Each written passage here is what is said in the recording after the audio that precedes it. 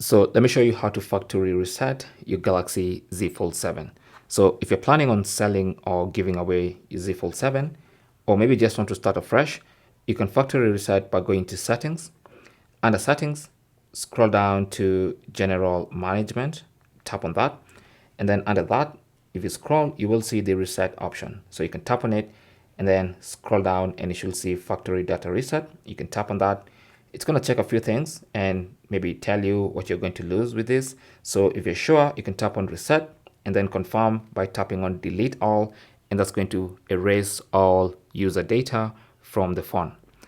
Now, obviously, I'm not going to tap on that because I don't really want to reset mine, but that's basically how you do it. Now, it may ask for your password during this process, so if it does, then you can provide it.